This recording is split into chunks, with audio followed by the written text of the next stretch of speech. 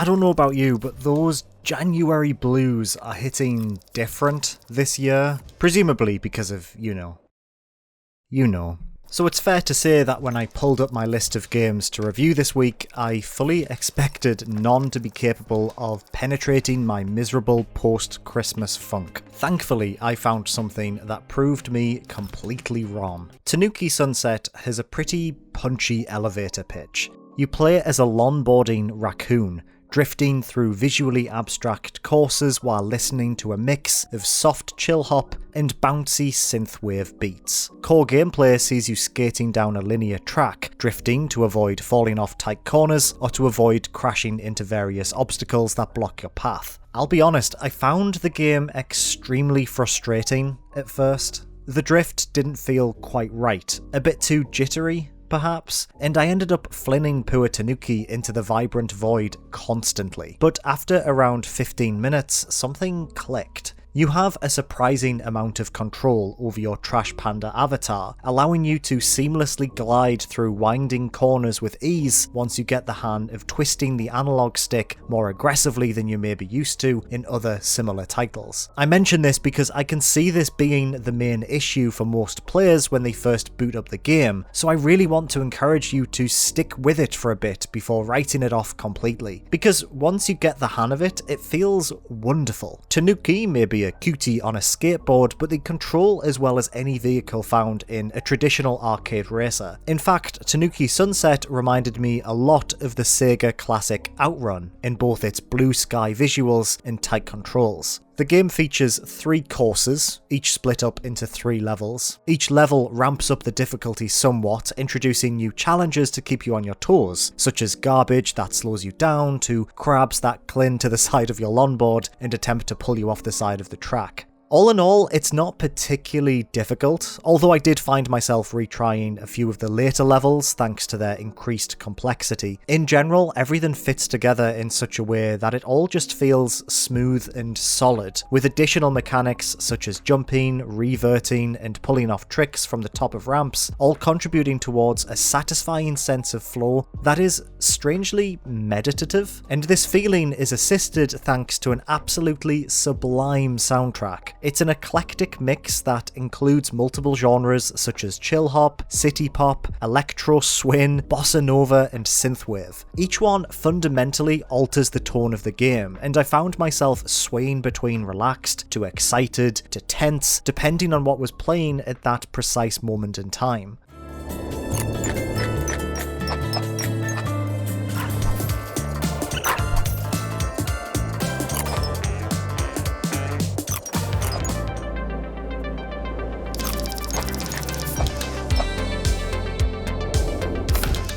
While skating, you can collect little edible bits, which can be exchanged in the game's hub for new decks, wheels, shirts, hats, and sunglasses for the titular Tanuki. Dressing up your raccoon in 90s inspired skater clothing is adorable, and I very much liked putting little hats on them, thank you very much. Once you're done, there's a bunch of additional challenge stickers to complete within each level, alongside time trials, score attacks, and an endless mode, which allows you to drift through each level continuously until you die. At first glance, Tanuki Sunset appears to be little more than a culmination of modern internet memes and niche subcultures. I mean, let's face it, adorable raccoons and Outrun-style imagery at this point feel overused and devoid of any recognisable meaning as a result. Viewed at face value, it feels like the video game adaptation of the phrase mood, or that one TikTok of the guy skating and drinking juice to Fleetwood Mac's Dreams that we all became obsessed with towards the end of last year.